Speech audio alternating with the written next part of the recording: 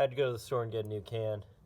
This little tiny can cost me like $7. It's ridiculous. That's what you get for living in a small town. So this cleans the pipe. Make sure there isn't any debris or anything, from my understanding. And I'm gonna clean the inside of here too. And while I'm at it, I'm gonna clean both sides, because I'm using both sides, but at first I'm only gonna use the one.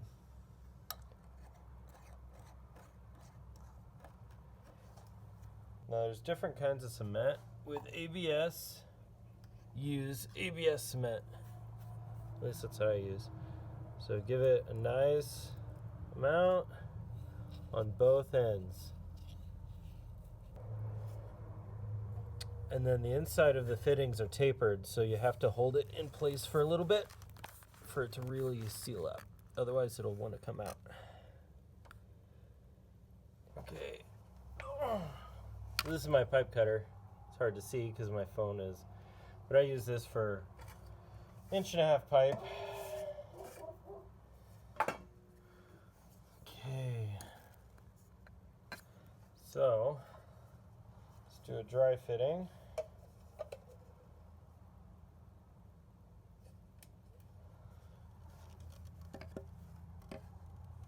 That looks about right. That looks about right. All right. So this piece of pipe goes in that hole first. So how this works is I use the same cleaning stuff. I'm going to clean the outside on both ends because I'm right here, since I have it in hand. And this stuff gets sticky. I accidentally got it on my hands, which sucks, but that's okay. It dries super fast because it's alcohol based. Now for the cement, I'm just going to swing it around on the inside again and swing it around on the outside. Slide it in.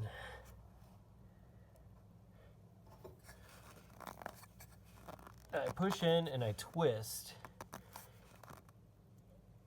because I want it to make a nice, good seal. I don't want any leaks. Any leaks at all. And you just kind of hold it here.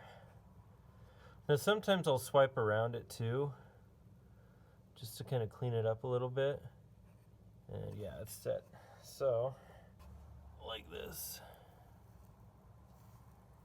Just to make sure it is everywhere all the way around. That's called over paranoia. Cement on the outside.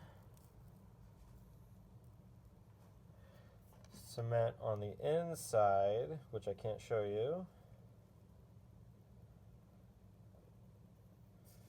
And then, actually, I'm going to, so that I can do the whole twist dilly bob, I'm going to do this right here like that. And then put my test pipe in. Because I want to make sure that it's straight. And that's good, right there. Okay. So I'm going to take my test pipe out. And honestly, this seam is right on top, so that could have been a gauge too. But I like using a standpipe. I call it a standpipe because on fish tanks and filters and things like that for fish, they're called standpipes. And aquaponics, they're called standpipes. And I really like aquaponics. I like the plumbing aspect of it. So I got that sealed. I'm just going to set this in for now. Honestly, I could probably just glue that too while I'm at it, because I can cut the top off. I can cut this top off later. I'll do that too.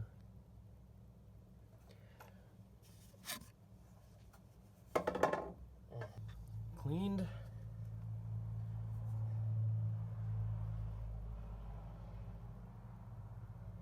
cleaned, and just a little bit, not too much.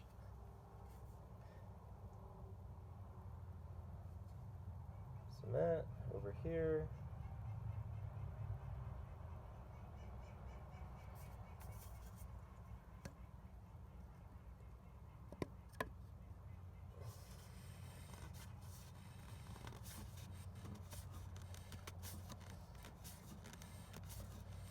Twist it well enough.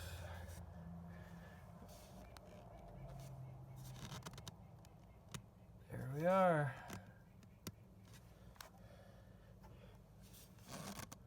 That's good.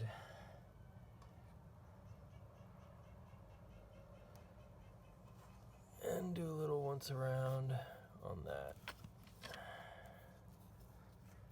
Ooh, it's kind of hard to reach back in there. Yeah, that's good enough.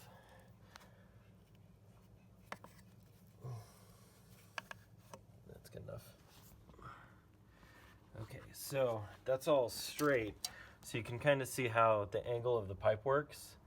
The reason this is angled backwards like that is because in the concrete, that pipe coming out is angled down so that the water flows down. So this is pretty expected. I'm just going to leave it there because it's really a lot taller than it needs to be. I'm going to cut most of that off and give that about a half hour to fully cure, maybe even an hour. I'm going to go work on a fence and fill in the hole. That's the plan. I just poured a gallon of water down the drain and I see no leaks. I'm doing this just to make sure there are no leaks before I bury it fully. I threw some dust on there so that I could see easily if there were going to be any leaks because it would get dark immediately. And it looks clean. So I'm going to bury this thing.